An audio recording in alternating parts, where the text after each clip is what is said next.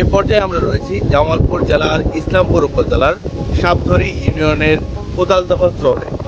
এখানকার মানুষের জীবনের রূপ বৈচিত্র্য থেকে শুরু করে তাদের জীবনের বিভিন্ন প্রতিবন্ধকতা আমরা তুলে ধরার চেষ্টা করব। ইসলামপুরের উলিয়া খেয়াঘাট থেকে এবার আমাদের যাওয়ার পালা ইসলামপুর উপজেলার কোদালদহ চরের উদ্দেশ্যে।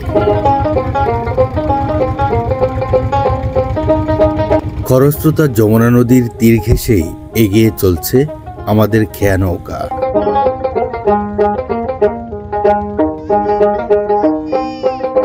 প্রায় দীর্ঘ সময় যাত্রা শেষে আমরা পৌঁছে গেলাম কোদালদহ চরে।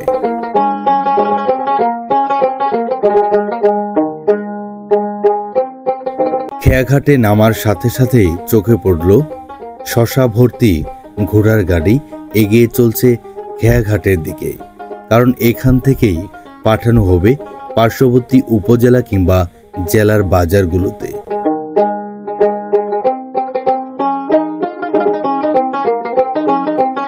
এই চরের প্রকৃতির মধ্যে নিশ্চয়ই জাদু রয়েছে, কারণ এই চরাঞ্চলের প্রকৃতি দেখে যে কেউ বিমোহিত হয়ে পড়বে।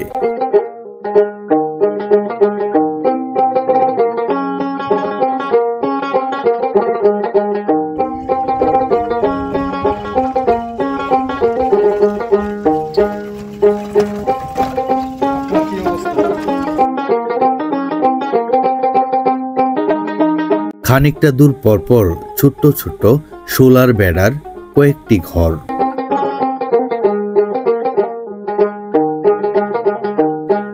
কেবলমাত্র নিজের আবাদি জমি চাষাবাদ করার জন্যই এই জনপদের মানুষগুলো এখানেই অবস্থান করে।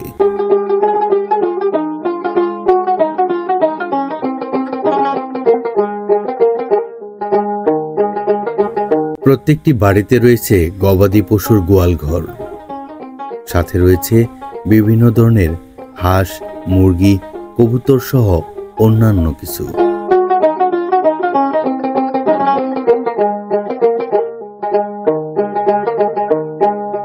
কবির ভাষায় বলতে গেলে একই অপরূপ রূপে মা তোমার হেনুরি পল্লী জননী।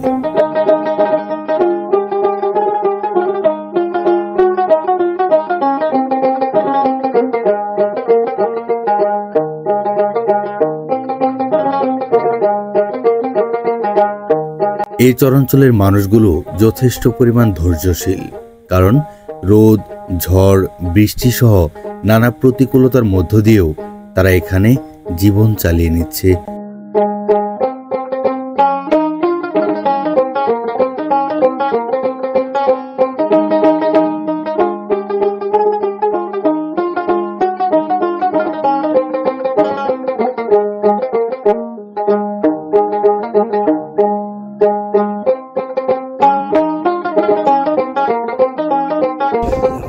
ওইটা আপনারা গেলে তো ঘোড়া গাড়ি দিয়ে ভালো শসা হয়েছে তো।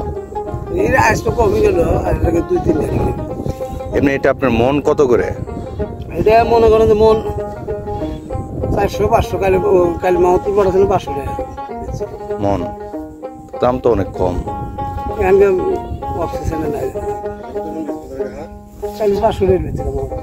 এই চরে কি কি ফসল বেশি হয়? ভুট্টা বেশি, ভুট্টার মরিচ। শশা কেমন হয় এখানে? শশা হয় না, শশা খুবই হয়। বাদাম হয় না এখানে? বাদাম এই চরত হয় না, নতুন চর বাদাম এই বছর বাদাম এই যে বাদাম আছে। চারিদিকে সবুজে আবৃত।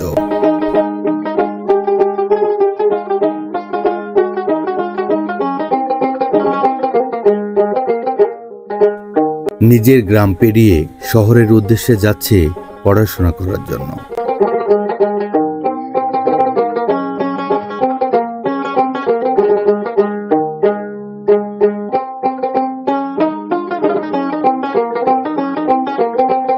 এই জনপদের বেশিরভাগ বাড়িগুলোতে গেলে বাড়িওয়ালা খুঁজে পাওয়া মুশকিল হয়ে পড়ে, কারণ তারা তাদের নিজের চাষাবাদের কাজে ব্যস্ত থাকেন মাঠে।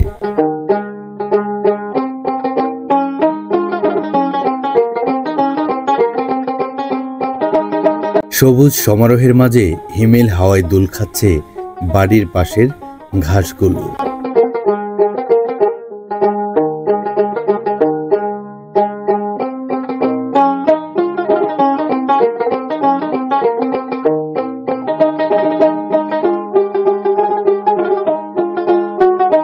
প্রকৃতির মাঝে হারিয়ে যেতে ইচ্ছে করে জীবনের পর জীবন, থাকতে ইচ্ছে করে হাজার লক্ষ কোটি বছর এই প্রকৃতির মাঝেই।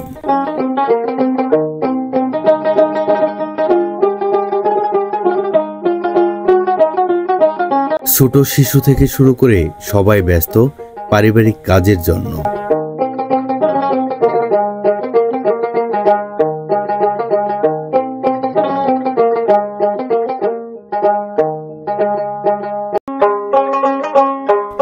প্রাকৃতিক সৌন্দর্যে ভরপুর এই জনপদের প্রকৃতি, কিন্তু এই জনপদের মানুষগুলো নির্ঘুম রাত কাটায় নদী ভাঙন কিংবা ঘূর্ণিঝড় সহ নানা প্রতিকূলতার ভয়ে।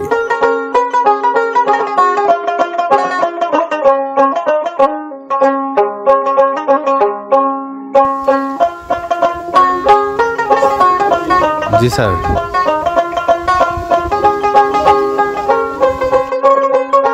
প্রত্যেকটি বাড়ির পাশ দিয়েই বয়ে চলেছে মাটির কাঁচা রাস্তা।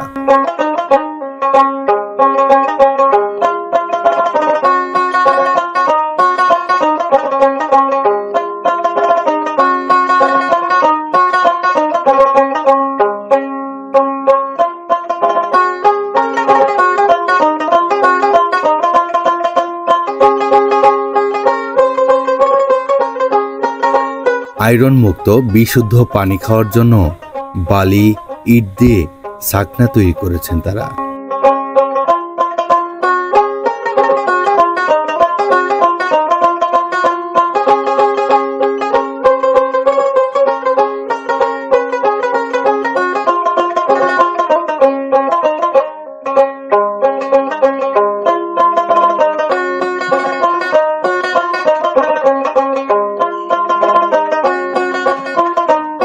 এখানেই মজুদ রয়েছে নিজের আবাদি ফসল, মরিচ, গম, ভুট্টা থেকে শুরু করে অন্যান্য কিছু।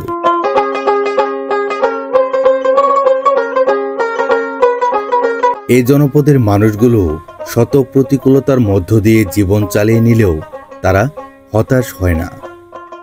নিজের জীবনকে চালানোর তাগিদে তারা নিজের কাজ চালিয়ে যেতে থাকে।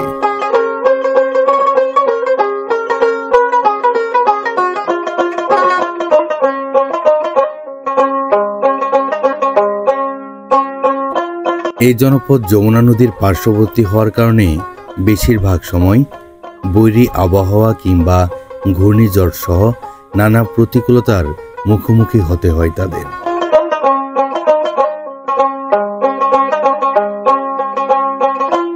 এটি হলো কোদালধোয়া চরের গ্রামীণ বাজার।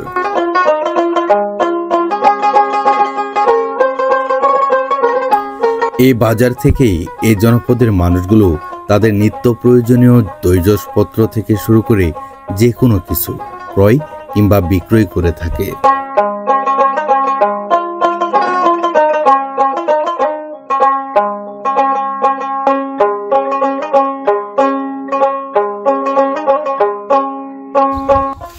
নিজের জায়গা জমির জন্য এখানে থাকতে হয় নাকি? আরো দেখুন ওই পাশে কয়েকটাতে গেলাম, একই যে তাদের বাড়ি হচ্ছে ওই পাশে নদীর ওই পারে, কিন্তু এখানে আচ্ছা আচ্ছা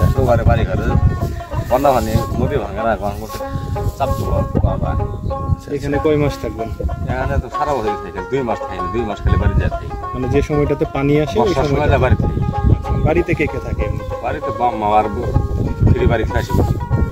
এই জায়গায় থাকার উদ্দেশ্য কি? এই জায়গাতে আবাদ মতন করি, ফসলগুলো এখানে নিয়ে যাই। এই জনপদের বেশিরভাগ মানুষগুলো ঘূর্ণিঝড়ের শিকার হয়।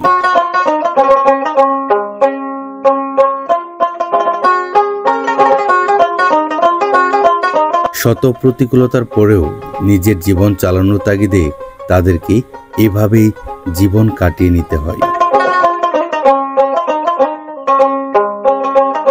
বেশ কয়েকদিন আগে মাটির বুকে লুটিয়ে পড়ে এই ঘরটি।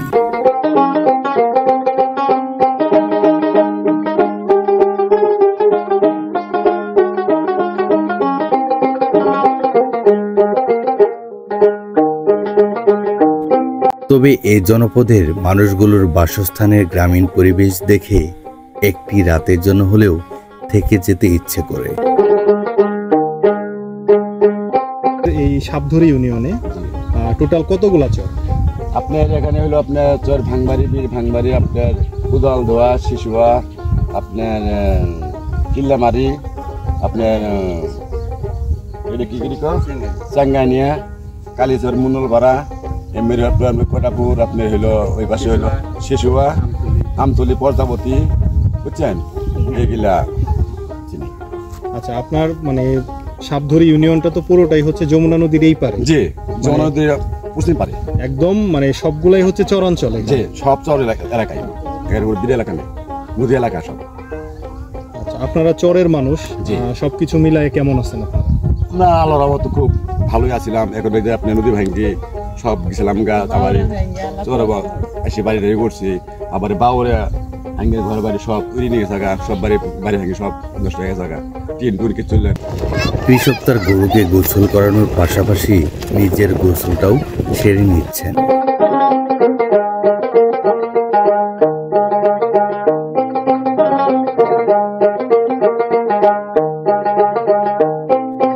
খেয়াঘাটে নৌকা আসার আগেই যাত্রীরা অপেক্ষা করছেন খেয়া নৌকার জন্য।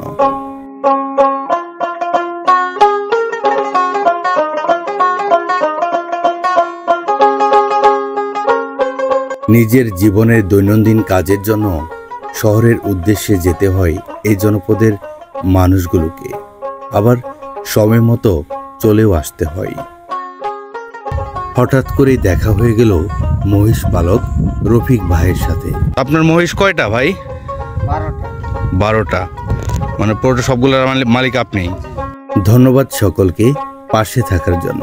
আবারও দেখা হবে নতুন কোনো প্রতিবেদনে।